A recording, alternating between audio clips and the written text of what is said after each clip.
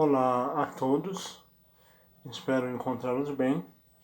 Meu nome é João, eu sou professor de História e de Filosofia.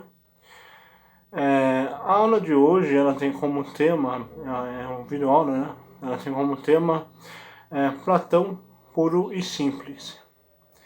Evidentemente que eu não planejo fazer uma análise completa de Platão, apesar do título da aula sugerir isso. Nós vamos fazer uma análise minuciosa de uma das principais ideias de Platão. Primeiramente, Platão ele viveu no século III a.C. No ano de 380, ele funda a Academia de Platão. Bom, a Academia de Platão foi a primeira universidade, assim, digamos assim, do mundo ocidental. E no ano de 380 ele funda essa universidade. Hoje nós vamos analisar um livro do Platão que chama-se Teoria das Ideias, onde ele vai expor a sua teoria de caráter existencial, no sentido de interpretar a realidade. Então, bom, para invadir esse problema, eu acho que faz sentido nós começarmos a analisar uma metáfora que ele usa para descrever sua teoria. Uma metáfora, uma figura de linguagem, que é chamada de alegoria da caverna. Alegoria da caverna. Então, é claro, você vai me perguntar no que consiste a ideia de alegoria da caverna. Então, eu diria o seguinte: a alegoria da caverna é uma história que, na verdade, é uma metáfora. É uma história-metáfora.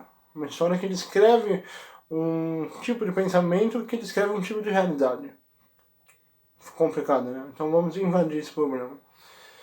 A alegoria da caverna nos diz o seguinte: que existia uma caverna e que pessoas tinham as mãos e os pés amarrados e o rosto voltado para o fundo da caverna. Aí algumas versões dizem que na entrada da caverna havia uma fogueira, outras dizem que havia a luz do sol, enfim. O que importa para nós aqui é que as pessoas que estavam aprisionadas na caverna, amarradas, elas apenas enxergavam sombras. Então passava um cachorro do lado de fora da caverna, ela via a sombra do cachorro. Passava um gato, ela via a sombra do gato. Passava um rinoceronte, ela via a sombra do rinoceronte. Elas enxergavam sombras, elas não enxergavam a realidade. Bom, elas tinham uma relação íntima com as sombras. As sombras eram como se fosse um deus para elas. Elas valorizavam muito as sombras. As sombras eram tudo que elas tinham. A sombra era o mundo delas. A sombra era a única realidade que elas conheciam e, portanto, era para elas verdadeira. Real e verdadeira. Bom, o que vai acontecer? Um dia, um homem se liberta das correntes e ele sai da caverna.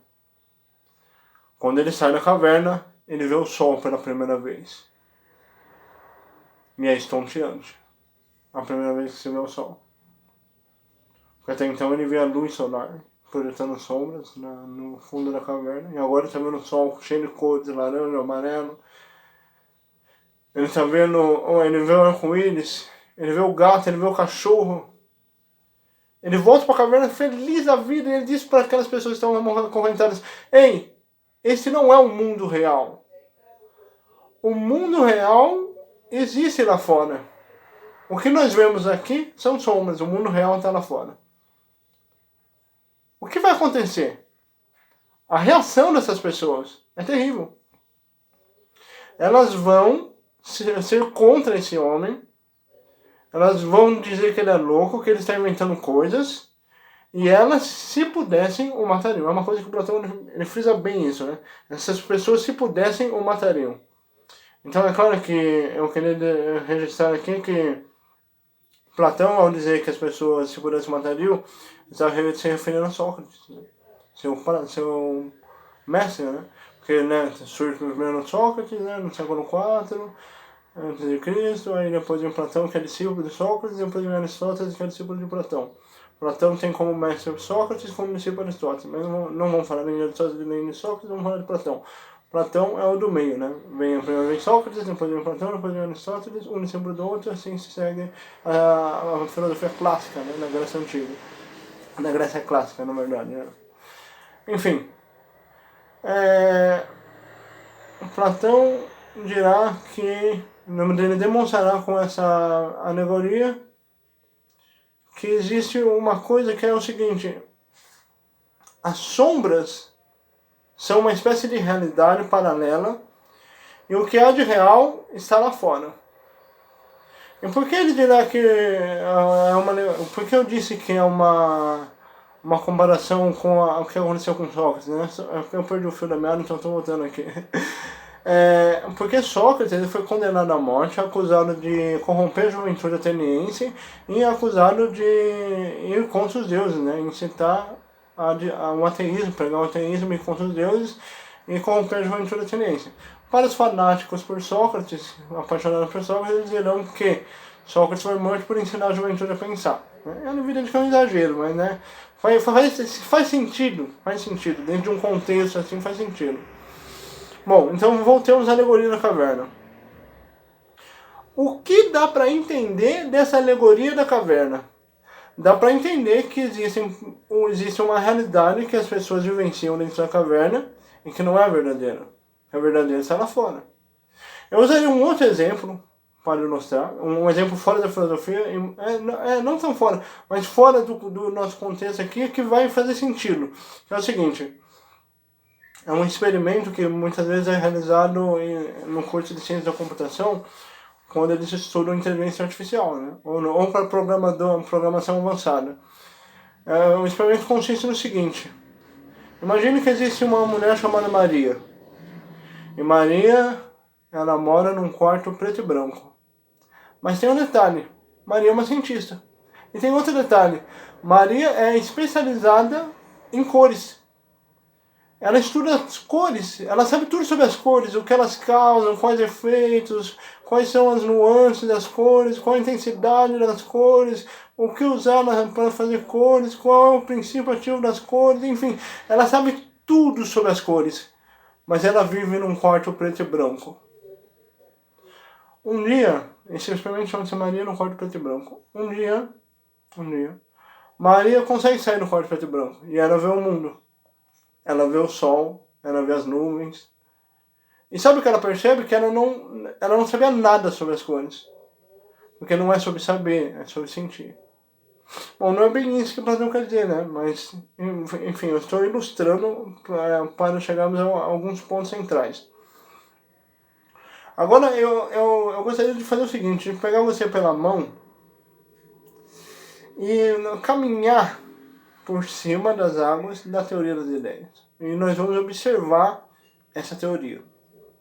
E eu começaria a invadir esse problema, e eu pediria que você dobrasse sua atenção nesse momento. Eu começaria a invadir esse problema pelo seguinte ponto. Para Platão, existe um mundo, que é o mundo sensível. Esse mundo sensível é um mundo que é percebido pelos nossos 5 sentidos, né? Olfato, paladar, audição, visão, tato. Então nós temos sentidos, né? O olho, o nariz, a boca, né? Nós temos sentidos e nós percebemos o mundo pelos nossos sentidos. Esse mundo que nós percebemos, ele não é real. Ele é uma cópia imperfeita de algo real e perfeito. Não sei se ficou claro. Eu vou insistir nisso. O mundo que é percebido pelos nossos 5 sentidos é um mundo imperfeito, né? É um mundo de contradição, desigualdade e imperfeição. Então, se algum dia alguém te perguntar qual a característica fundamental do mundo sensível na teoria das ideias de Platão, é essa: imperfeição. O mundo sensível, que é percebido pelos sentidos, o mundo sensível, é um mundo de ilusão, é um mundo de contradição, de desigualdade, é um mundo imperfeito. Então, eu volto a repetir: se algum dia alguém te perguntar qual é a característica fundamental do mundo sensível na teoria das ideias do Platão, é essa: imperfeição. é um mundo imperfeito.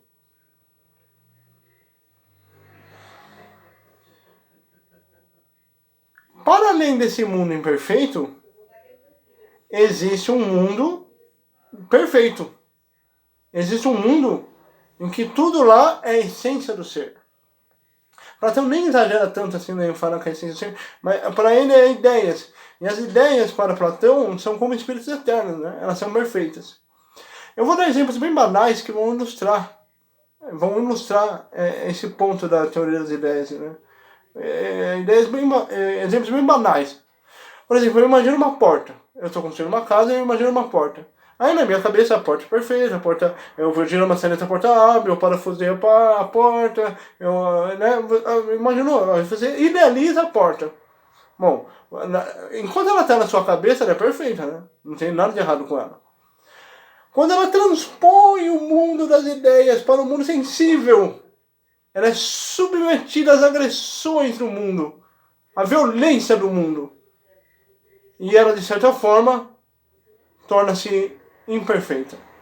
Porque, por exemplo, eu idealizei a porta, e aí eu coloquei a porta, e quando eu coloquei a porta emperrou. Aí não saía do lugar. Aí a maçaneta não abria. Aí o parafuso não rosqueia. Enfim, você percebe, existe um ponto fundamental aqui que me parece que é notável, que devemos perceber, que é o seguinte: as ideias são perfeitas, mas quando elas saem do mundo das ideias e partem para o mundo real, elas são imperfeitas. Esse é o ponto fundamental. Ideias são perfeitas. O mundo das ideias é um mundo de almas, é um mundo de ideias, é um mundo de espíritos eternos, e esse sim é um mundo perfeito. Não, acho que deu para entender, né? Então, assim, só para retomar, o mundo sensível é percebido pelos nossos sentidos, ele é um mundo de contradição, desigualdade e imperfeição. O mundo que nós percebemos pelo nosso sentido. Para além desse mundo existe, num sentido metafísico mesmo, né? Porque essa é a metafísica do Platão. No sentido metafísico existe um outro mundo que esse sim é bom, esse é perfeito. Esse não tem nenhum defeito, ele é perfeito. Uma coisa que o Platão fala assim, que eu vou encerrar aqui a videoaula dizendo isso do Platão, né? Que os filósofos não precisam temer a morte, porque um mundo perfeito os espera. Um mundo de almas, um mundo de espíritos eternos. É como se a morte não fosse o fim. O começo fosse o despertar de um sonho. Enfim. Bom, eram essas as palavras que eu tinha para dizer por hoje. Espero que tenha ficado claro e didático. Obrigado pela atenção.